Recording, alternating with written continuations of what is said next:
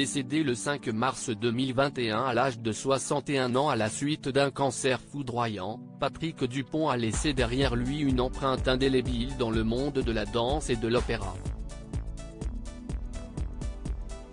Le 21 février 2023, une soirée en son hommage a été organisée à l'Opéra de Paris où de nombreuses personnalités étaient invitées. Sublime avec une robe fluide associant des tonalités mauve et corail, Vanessa Paradis, interprète du titre Joe le Taxi, est apparue seule sur le tapis rouge, sans son époux le réalisateur Samuel Benchetrit. Rayonnante avec un maquillage nude, l'actrice du film L'Arnaqueur portait un rouge à lèvres carmin qui rehaussait ses lèvres. Très chic, elle portait également un vernis rouge sur ses ongles ainsi que des boucles d'oreilles en diamant. Également présente lors de cette soirée hommage qui vise à revisiter les rôles emblématiques dansés par celui qui était considéré comme l'enfant terrible de l'Opéra de Paris, Claire Chazal.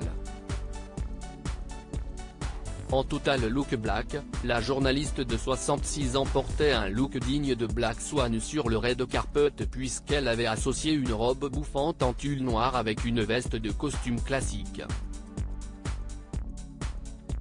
Côté chaussures, elle a choisi une paire de ballerines noires vernies, accessoire fétiche des danseuses étoiles. Non loin de l'ex-compagne de Patrick Poivre d'Arvor se trouvait Clara Luciani. Adepte elle aussi du noir, la chanteuse de 30 ans interprète du titre Elle ne t'aime pas portait une robe longue en dentelle. Coiffée avec un chignon haut laissant quelques mèches entourer son visage, elle portait tout comme Vanessa Paradis, une bouche rouge carmin ainsi qu'une manucure assortie. Ultra chic, elle a adopté un impressionnant collier qui mettait en valeur son décolleté. Étaient également présents lors de ce show majestueux, Eddie de Pretto, Carrie Jaou ou encore Claire Tran. À la suite du traditionnel défilé du ballet de l'opéra, une procession sur scène des petits rats jusqu'aux étoiles, le directeur de la danse José Martinez, lui-même ancienne étoile, et Claire Chazal, grande amatrice de ballet, ont appelé à tour de rôle près d'une quarantaine d'ex-étoiles à rejoindre la troupe sur scène.